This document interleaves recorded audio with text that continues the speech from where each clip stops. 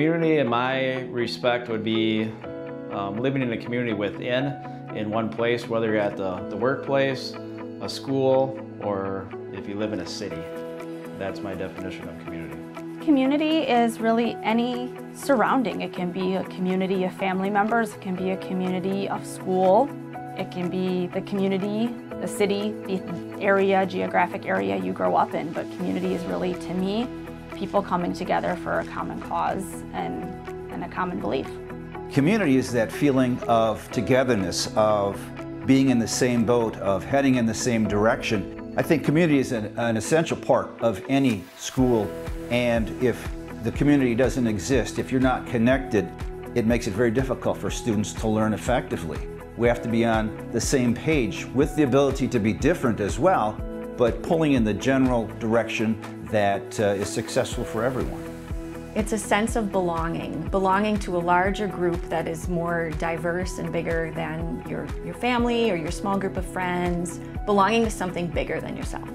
A group of people working together to make a greater good, to share with one another their learnings, their experiences, to continue to grow and expand the community to make it better than what it was in the past. Community is the area and the people that surround you where you're living. Community is made up of the people that help cultivate the culture. If community is sort of the skeleton of our culture, then relationships are the muscles. They're the things that help keep that skeleton moving. Community is people working together. You find out through life nobody does it alone. Everybody has different talents, and it's working as a community and engaging everybody's different talents that you really can do some incredible things.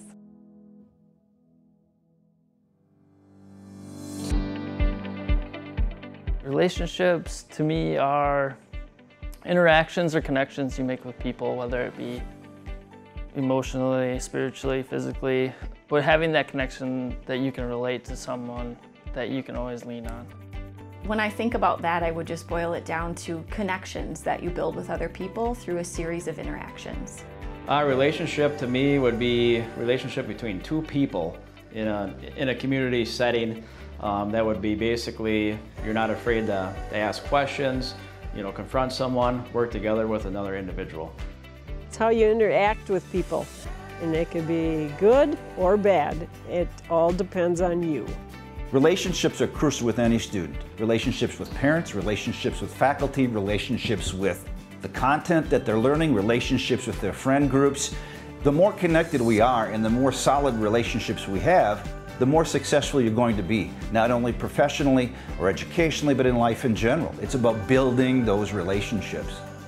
Relationships are really how you interact with those around you, whether it's their personal or their friendship or professional. Relationships impact all parts of our life. The history you have with people and the experiences, and you learn from relationships. And there can all be different kinds. There can be good, bad, indifferent types of relationships, but they're really important to understand how people work, and you can figure out with everyone you can find common ground. And having a relationship is understanding how to work with that person.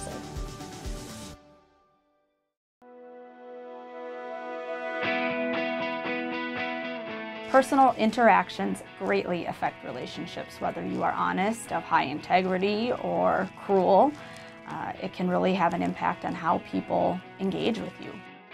I think even just the slightest hello, the slightest goodbye, even just the recognition of somebody, even if it's for 2 or 3 seconds, I think that it can completely make their day and give them that self-confidence that they need. Keep in mind that you are not going to agree with everyone that you come in contact with, even friends or teachers. That doesn't mean you can't be respectful. And hopefully they will respect you for your opinion too. Whether you're nice to them or you're mean to them or you're respectful, it does matter in a setting. Absolutely. Again, everybody is learning from one another. And when you have a positive relationship or interaction, it actually makes what you guys are trying to do more fun and easier to accomplish. When you have hurdles and in an interaction or relationship, it is harder to get things accomplished. It just will take an extra time and really to find that common ground and come together. Personal interactions do affect relationships. And that's the one thing that you can control, your effort toward that relationship. You can't control the responses, but you can control how you interact with other people in any circumstance that you might belong to. And that's a life skill. That's not just a skill that you will have in school.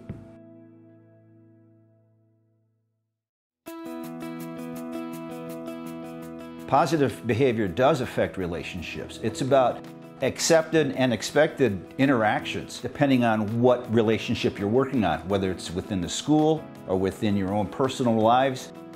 The more positive you are, the more likely of a positive outcome. The more effort and positive effort you put into a school setting, the more successful you're going to be. It's the same with relationships. Positive behavior helps out a relationship by just making it a little easier to get things accomplished. It basically states that you care and respect for that person. So the correlation there between personal interactions and relationships, I would say, is a positive correlation. The more positive interactions that you have, the more positive your relationships you build with others are going to be. Positive behaviors affect relationships by making them grow. Having positive interactions also builds your social confidence in meeting and making new friends, especially when you're at that kind of that teenage, adult, adolescent age.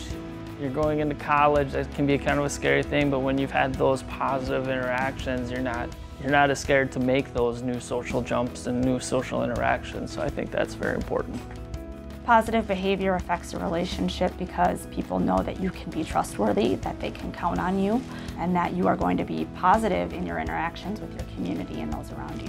Would you want to be around Debbie Downers all your life with everything's negative? It feels like you're getting sucked into a black hole and never come out?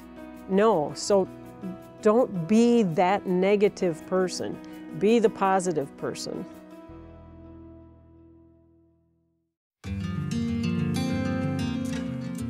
So extraordinary high school, some people might say, does that mean academics, athletics, extracurricular activities, the teachers, the facilities? I would say all of those are important, but to really make a school extraordinary, it would be having a strong, positive, compassionate, purposeful school culture. That's what would set a school apart above others. Community, the people. Honestly, it's all of it. It's coming out a well-rounded individual, and I think high school and your educational years is really finding what you love to do and testing out all these different things, because at a young age it's really hard to know what you want to do with the rest of your life, and you're always changing and evolving, but it's nice to kind of figure out what things you tend to like to do better than others and find out your talent. You got to have the teachers, the teacher base, the experiences of teachers. I think it starts at the top with administration, but as far as the facilities, and you have the teachers that are well trained or respectful, they help the kids, they're role models, either in the classroom, out of the classroom, in the sports facilities. That's I think it's very important. When I think of an extraordinary high school, I wonder if it's possible. But I think there are certain components that could create that. Diversity, and not just in people, but of interests. I realize sometimes we tend to focus on one group of people, but there are so many other areas of interest for kids, not just athletics, but technical stuff, hands-on people that love to build and create and play with engines and stuff like that, or farm kids, or the arts kids, music. Sometimes we as people communicate in different ways. One is through music or dance or art or fixing that engine for your friend or being in a team sport. That is how we communicate to each other. So if we can have a good balance of education, sports, extracurricular activities. I think we would all benefit from that with an extraordinary school. A combination of all those things, the academics, the athletics, the arts, the staff, the students. I think it starts with the staff, and then it kind of trickles down. It has a trickling effect, because I think if the staff believe in what is happening at the high school or happening in the school district, I think it'll have a trickling effect with the students and the academics. All of the above. I think that every facet plays into that, whether it's the academia or it's the extracurricular activities that are offered, or it's just truly that culture that exists within the walls. If all of those are positive and there's an abundance and a high participation rate that is positive, I think to me that is an extraordinary high school. Extraordinary high schools are difficult to identify because there isn't one thing that makes them extraordinary.